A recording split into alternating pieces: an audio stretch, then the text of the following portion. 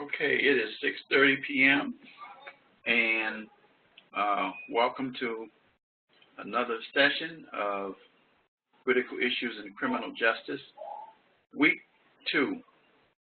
And so you should have by now had a chance to look at your open house session that I sent you. And as a result of that, and so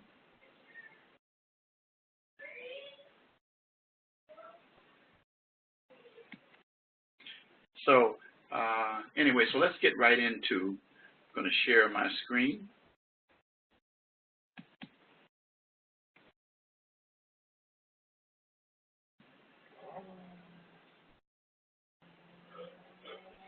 Okay, so as you can see now from the home page, you see the information about who I am, my phone number, and rules to communicate with me.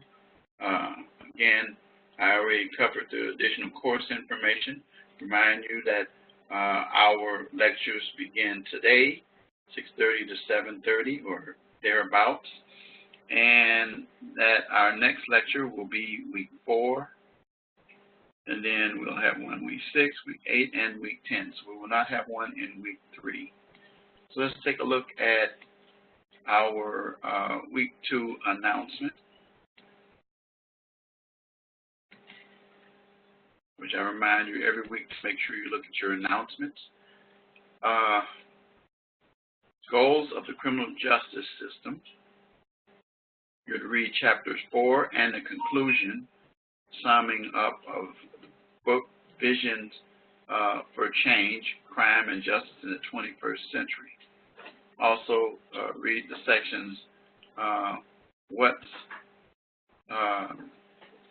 your CGA goal? Or our CGA goal? I think I got a typo there.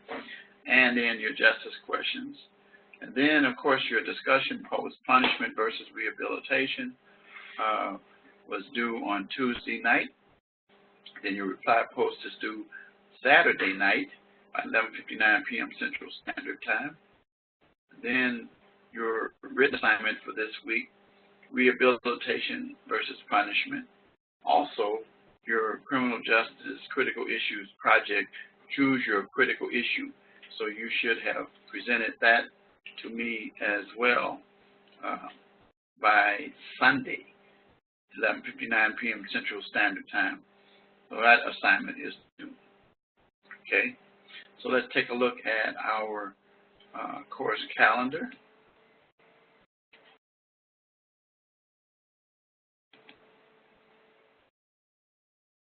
Course calendar tells us about what is going on.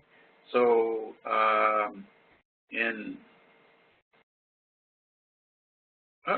the reading assignment is actually there.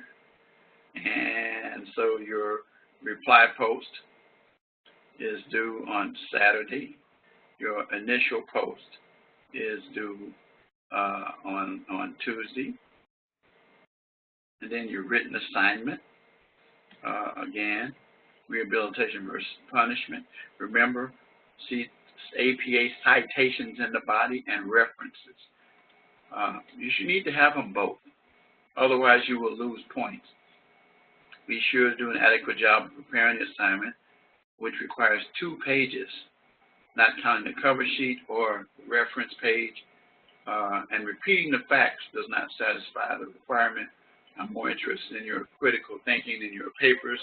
I went over and explained critical thinking to you, so that you'll understand what we're looking for. And then for your critical issues project, the details are given in the Blackboard section of the class, which we're going to go over in just a few minutes. So let's take a look at our week 2 module. First, let's look at the assignments themselves. You have your discussion posts on the topic punishment versus rehabilitation. And your written assignment is also on punishment or rehabilitation versus punishment. In this paper, make sure it's 2 pages long. In 1 or 2 sentences, state your stance on the issue with 1 reason for your position. In 2 or 3 paragraphs, describe at least 2 arguments that a person has with the opposing stance. So that is, if your position in paragraph 1 is about rehabilitation, then you want to present at least 2 arguments that might favor punishment. Provide a quotation, detail, or example from research in support of each. So in other words, you're going to have to make sure you have some sources to support your position. And then finally, conclude with a brief evaluation of how this exercise, imagining your opponent's point of view, could either influence you or did not influence you, or gave you a deeper appreciation of the critical issue under review. Oftentimes what people do is that they want to just present their side, but we want the pros and the cons. And if you notice what we said here, we heavily want you to look at the other side. Many of you have taken the position, as I do, about rehabilitation, but we should also present details and issues to support those individuals who have punishment. Note it says, cite any sources, any citations in APA format. Again, that means citations in the body and references at the end. Very important, and you should have a cover sheet. So now we take a look at and see the first phase of your critical issues project, where you choose your actual issue. So for this first step, you should conduct some preliminary research and reading, and then write a paragraph. All you have to do is write a paragraph, in this instance, in which you announce the choice. Now, give your current stance on the position, and it says this could change later, but give your current stance on the position and explain why this critical issue and stance incites you to passion and what you expect to gain personally and professionally from a more in-depth research analysis in this area. So, so don't just give me the topic. Make sure you have provided me why you presented that topic, and also give me some ideas of some sources that you looked at to support your topic, or at least one topic. So it doesn't have to be 2 pages long or anything like that, but I'm going to be reading it. Make sure you have a cover and a citation in the body, and then references at the end. Okay, so then now let's go back and let's take a look at what the module has as far as lesson content. So we already know about the topic of rehabilitation versus punishment. So we're going to basically compare and contrast those, as you've been able to discern from your assignments already. Outline differing goals for criminal justice administration, and that's pretty much what the objective is, to get you to understand the goals of rehabilitation and punishment, or punishment. Explain how criminal justice goals impact our overall approach to other criminal justice issues. So that's what the objective is. And again, your reading, I gave you that already, and they conveniently this week gave you some electronic versions, but you should have your copies of your book already. And then we're going to talk in a minute about what's our CJ goal and deal with these justice questions as we conclude. I'll remind you again, your discussion your written assignment and project for the week. So here's the thing. A question is asked, what is our goal? Why do we have criminal justice? What is it supposed to do? And almost everybody can say, well, we have it to punish people, or we have it to help people to not commit crimes, or try to point them in a direction of not committing crimes. But you would answer the question some in the way that you feel your goal is rehabilitation. You would answer it a different way, and it would be punishment. So the questions that you consider in your mind when you think about our goal as criminal justice is asking yourself some of these questions, and just get your mind juices flowing, get you ready to be able to appreciate the goal of it. Should juveniles be charged as adults? That is a debate that's continuing on. Oftentimes people have said juveniles should not be charged as adults because the purpose of juvenile court is to, so to speak, rehabilitate, or to give the individuals another chance to try to prevent them from becoming adult criminals. And we use the disposition as adjudication rather than prosecution in juvenile cases.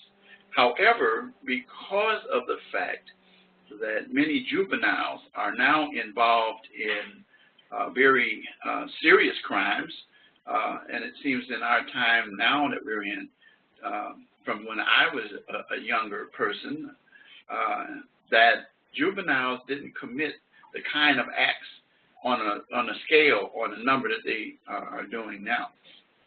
And so, this is a question, should we take an individual who commits a very heinous crime that is considered a juvenile, should we charge them as a juvenile and still try to salvage them? Well, we can still salvage them as adults, but again, the question is that, now remember, now we're not talking about whether we should incarcerate them with adults. We're not talking about that. I think there's a problem with that anyway. But we're talking about if they commit a crime that is considered as an adult level crime, they should be tried as adults with the systems of adults. Now, of course, though, when you're tried as an adult with juveniles, then you are no longer going to be tried with some of the protections that the juveniles have. And you will also be entitled to some of the benefits that juveniles don't have, such as juveniles who are tried don't have the right to a jury trial. There are no jury trials. That's a well-established rule. And so I think it's the McKeever case. But at any rate, the point of the matter is, or it might be Kent, but the fact of the matter is that juveniles are tried as, when they're not tried in an adult court or as adults, they will find themselves in situations where they are given those rights, like a right to a jury trial. So, let's see.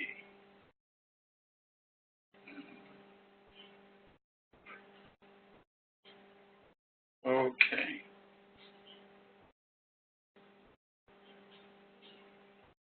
Okay. In the case of Kent versus United States, the individuals involved, it was determined that these individuals were not are entitled to the same amount of due process laws as adults while under the jurisdiction of the court. And they have like right to counsel and all those kind of things. But in McKeever, I think it's McKeever. I think it's spelled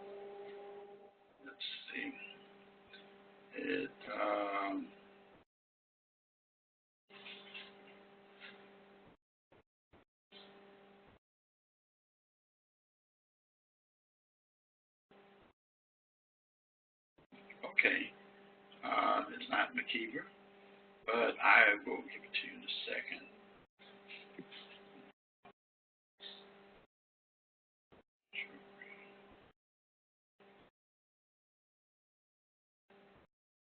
Here we go.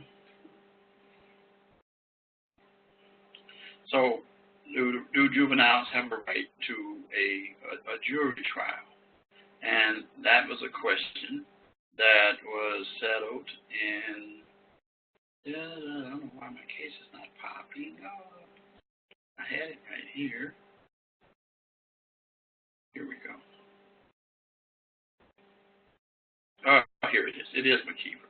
Yeah, in the case of McKeever versus Pennsylvania, 403 U.S. 528, decided in 1971, the Supreme Court held that there's no jury trial right in juvenile delinquency proceedings. That was my recollection.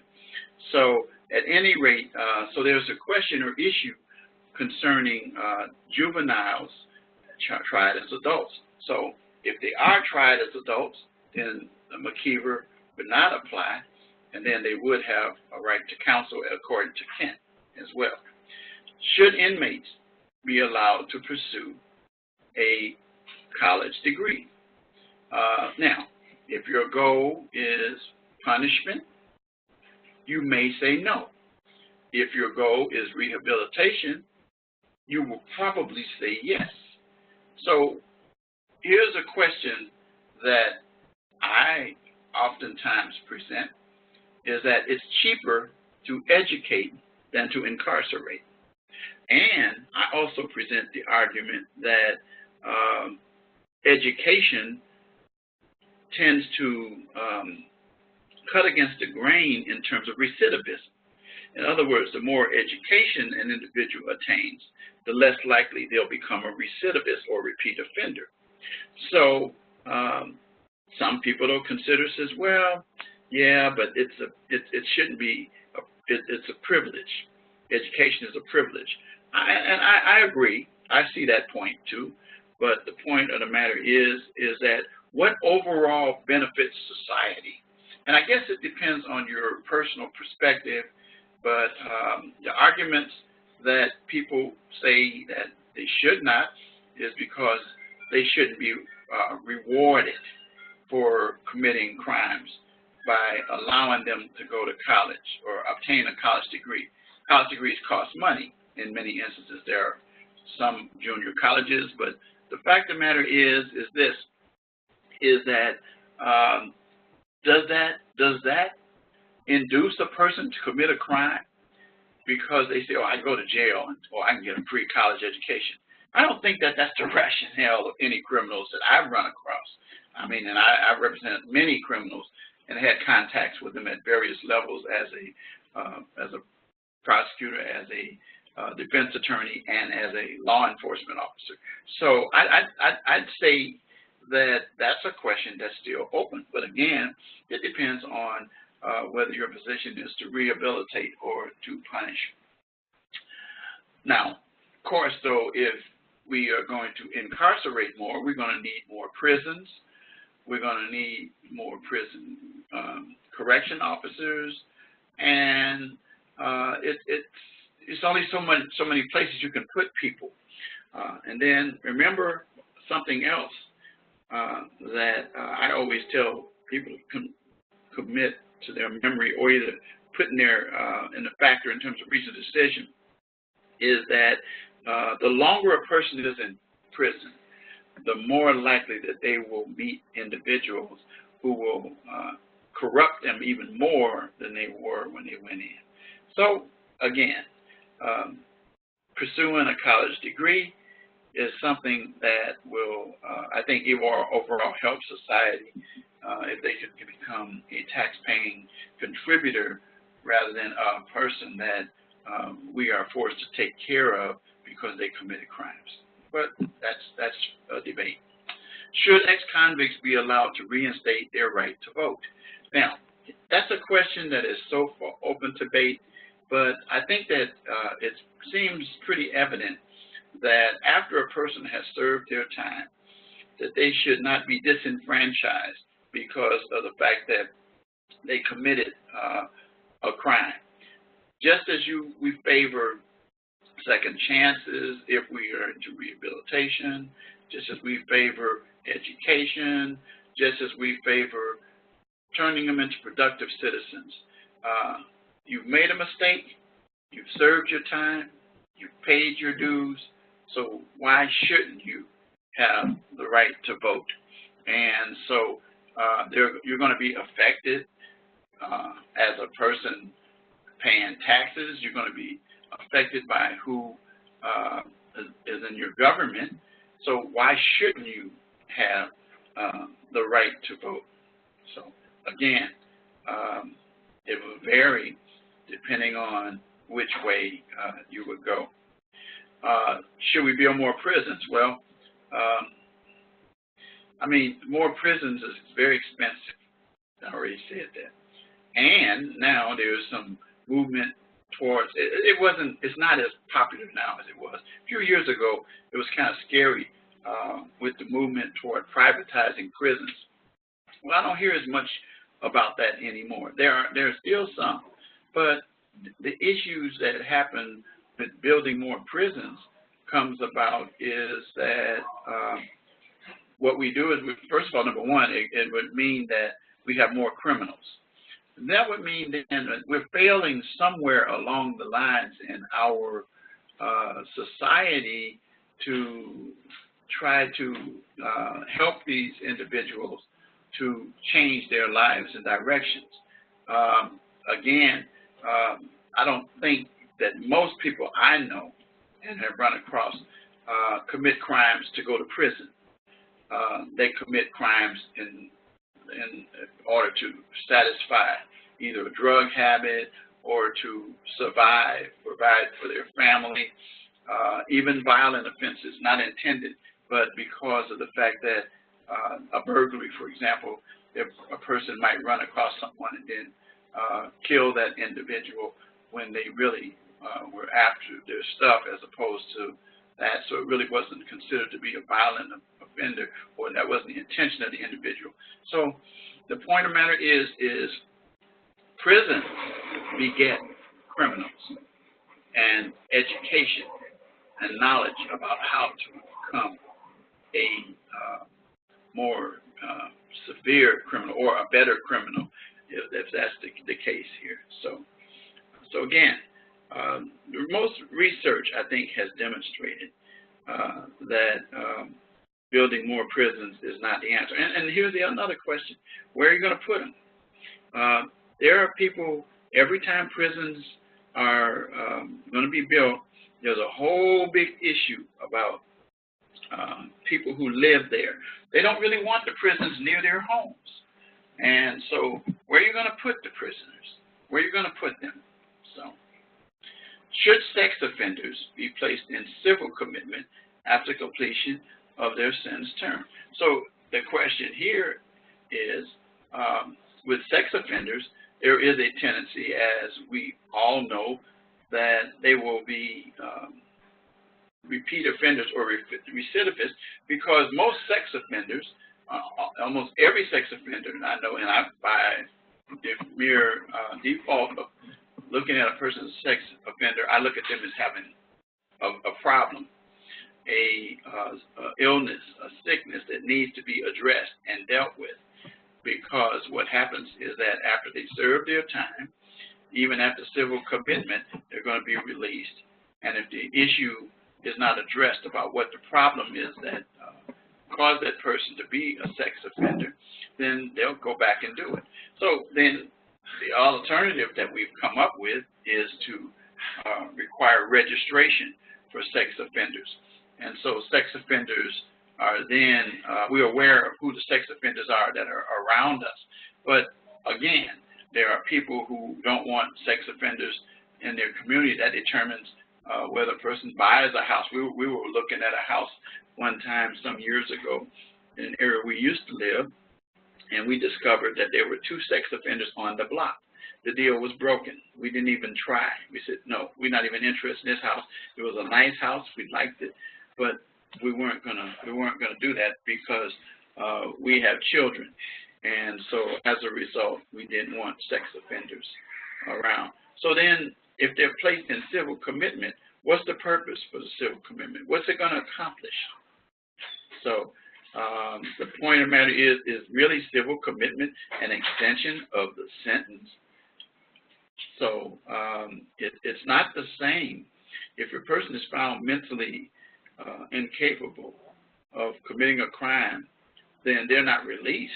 They're put into an institution, and they remain there until that situation changes. But it's a difference, and you're talking about civil commitment for sex offenders.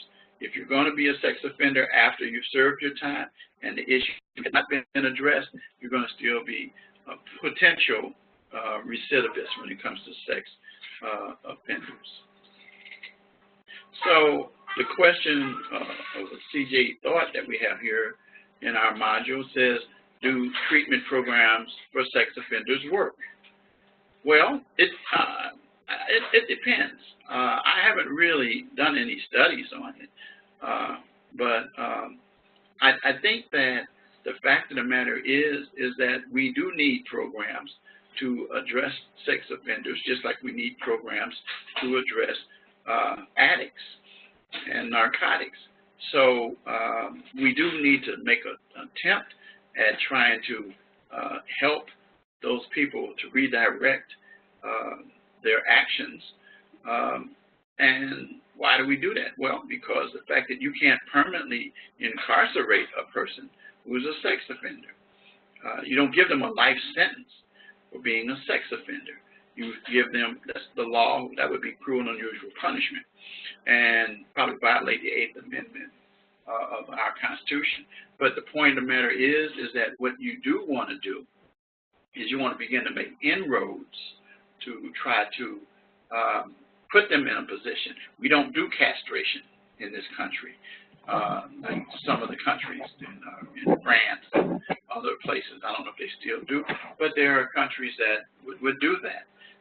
But the fact of the matter is that, so we need to do something, since these individuals are going to be released into society, and we don't have them on an island. You don't place these people on islands. They're around you, and they're walking around just like you are. So that's a question. Says you'd be surprised to find that they are reputed to be successful as other treatment programs, and that's what I kind of feel in those situations there. Again, it's based on the attempts or opportunities that we present to the individuals. If we don't present to them any opportunities or individuals for change, then nothing from nothing leaves nothing. Simple as that. So I'm going to conclude here before we get to the justice questions with this section. Our CJ go to punish or to rehabilitate. And that's kind of like what we've been talking about. The focus of American criminal justice, it says, has swung like a pendulum from punishment to rehabilitation at various periods of history. Today, the focus is primarily on punishment. So I don't know. I don't know if that's a true statement. I think it depends on who you talk to. But I think that people who are savvy enough to understand the system of the criminal justice laws and the purpose and intent of criminal justice laws would say there may be a mixture of the two, but that the ultimate goal is to stop those individuals from committing crimes or to minimize if possible. Is punishment going to minimize that? Or is it going to take a blend of rehabilitation and punishment? Or is it going to take just rehabilitation over punishment to do so? Well, you already know that you can't get everybody to accept rehabilitation. And because some people don't accept rehabilitation and continue to be recidivists, do you take it away from everybody? Well, that's a no-no from itself, and I think most of you guys would agree that that would be a no-no. So it's just like just because one person does something wrong that you punish the whole crowd for it. you know, that kind of thing. So where are we going? Which way are we going? Are we going towards punishment increase? Or are we moving back to rehabilitation? Did we ever really leave punishment? Did we ever really try rehabilitation? I think that as I think about the system from way back when I was entering college in 1969, that there was more of a tendency to punish people, lock them up, give them extended times, and then let them out, and then hope that they'll do better. Well, now we've discovered that if you do that and you let them out, they're going to be recidivists. And for a number of reasons, like as the ones I've given already, such as the fact that they're exposed to criminals in prison and learn how to become criminals, and then can become a career criminal, and it becomes a way of life. And it also becomes, they build their association pool to be those who are criminals. And so there's an old saying about birds of a feather flock together. So if you are a criminal, you're going to hang around criminal people. And you're going to feel uncomfortable around people that are not, because you're going to feel they might be judgmental, and not might be, they probably will be judgmental in those kind of situations. So there's some problems. There's some things to consider there. So punishment focuses on the punitive and depriving methods, such as, I say, extended sentences, long time, but building more prisons, more stringent policies, harsher laws to emphasize punishment. And then some people get this false sense of feeling safer as long as those people are incarcerated. And some are convinced that the leaders and the criminal justice system are being intolerant of crime when they don't. But again, I think you should do the time for the crime, but also there should be some preparation for the fact and face the realities. You're going to be released unless you get life or natural life, or you're going to be executed if it's a crime that calls for the death penalty and the jurisdiction has a death penalty. So again, we have to look at all the factors, so many factors involved, and we stop and think. And the more studies are done and you discover how people operate, think about yourself when you've been punished, just straight punished. You've given straight punishment, but nothing to help you to go in a new direction. Does the punishment alone take you in a new direction? I think if you ask yourself and search your own heart, you will find that most people will come to the conclusion, no, it does not. And so that kind of answers the question right there. But again, once again, it's still open. That's the beautiful part about the criminal justice program, and seeking to determine what's your goal, what's the end, what's the means that you use to get to the end, but what do you ultimately want to do? Real people really looking at the situation say, I want crime to decrease or go away. Okay, so as long as we lock those people up, keep them locked up forever, and it will. But that's not the way it is. It doesn't work that way. Again, there would be extensive sentences that may go beyond the 8th Amendment and create cruel and unusual punishment challenges based on our U.S. Constitution. That's the point. By contrast, the rehabilitation programs aim to change that person's behavior. Now, let me ask you a question. And this is a question, obviously, because I have asked it hypothetically, and I also have to ask it this way because there's no students in class. But when you hear this and think about this, ask yourself this question. When you find yourself in a situation where you are placed with doing something wrong, and that's it. You're just given a timeout. But there's nothing to redirect you after that timeout. Is it alone the timeout or the incarceration that's going to take you and have you to stop? Or is there what we use the term deterrent effect? We already had some issues about that, discussions about that's not a deterrence, just like people thought that the death penalty would deter criminals from committing murders and crimes when there was a death penalty. Didn't do it. Didn't change any. The numbers showed that. People still committed crimes. But when we began to make inroads into changing the behavior of those offenders, then we began to see a different direction for those individuals. And I know some people who that has happened to. There are, and we all do, there are many types of rehabilitation programs. One may focus on cognitive behavioral therapy, dealing with the state of the mind, behavior modification, substance abuse treatment. That's a good one that I think that is because of the fact that almost all the people that I knew, that I represented, in one way or another, substance abuse was involved in many of the crimes, even some of the dealers. And I already addressed that. Education programs, I've already addressed that. Employment programs, people need to be able to have an opportunity to work, to begin to make inroads, to make an honest living. Of course, though, some people say, oh, I'll make more money. I had some young people tell me, I make more money selling drugs than I do working at McDonald's. So I said, which one is the most hazardous job?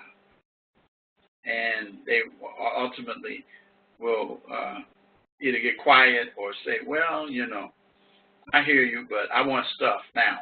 And that's the problem, instant gratification. It takes time to build up, such as I want to be a lawyer. My first job was in the mailroom of a big law firm. I made very little money, hardly any money, and I got married right away. However, I still made do off of that because I had plans to move up the ladder, and I did become a file clerk. I did become a law librarian.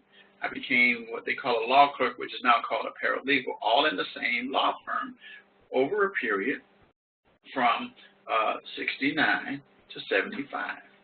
And so as a result, that when I went to law school in 75, I had all of these skills, all these things that were pointing me in the right direction, and I was truly advancing toward my goal. So as a result of that, that small amount of money turned into more because I went up the educational ladder at the same time. I was going up the employment ladder, which there was a correlation between the two, and the company recognized that. So anyway, my whole point in a nutshell is that education took me up the ladder. I got accepted at Northwestern Law School, where I struggled because of some financial problems that we had at the time. But the point of the matter is that I made it. I made it. Employment programs, like I said again, provide individuals an opportunity for second chances. Give them a chance to be able to utilize their skills. There are some, you know what, I have met some very, very, very good marketing people who were drug dealers, and they knew how to market their product, but their product was illegal. And if they were to have gotten some educational opportunity and or worked in a company that they started out even like in a small position, like a mailroom position, and learned from those individuals there, they could climb up the ladder and become successful marketers of legal products. It says here, unfortunately, often, though, the public will feel that the offenders are benefiting from their criminal act, commit crime to get a degree. I already told you what I thought about that. And if you can tell me somebody that you know who said, I think I'm going to go to college, but I'm going to commit a crime so I can go to college, bring them to me. I haven't run across any in my years in this world. I just haven't seen that. If I do, there's some other issues, or either they're not telling you the truth. The fact of the matter is that, please, as they say, that position doesn't really hold water or anything else. It says more damaging. The public often feels that rehabilitation doesn't work. Well, again, you have to try to rehabilitate people. And those people who say rehabilitation does not work, they try to, what they do is that they point to the unsuccessful individuals, but they don't look at the successful individuals. You know why? Because they don't think about them, because they're going on. The only ones that come to their attention are those who are failures when it comes to rehabilitation. So that's it when it comes to rehabilitation and punishment. I've given you some stuff to ponder in your mind.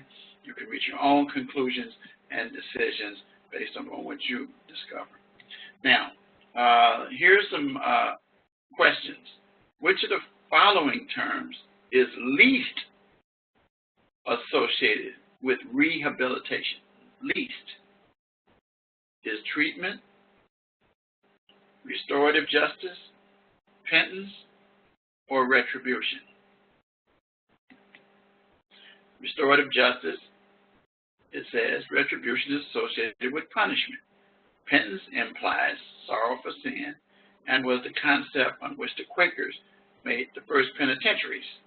So it was like saying that you committed a sin, and that's why you're paying penance.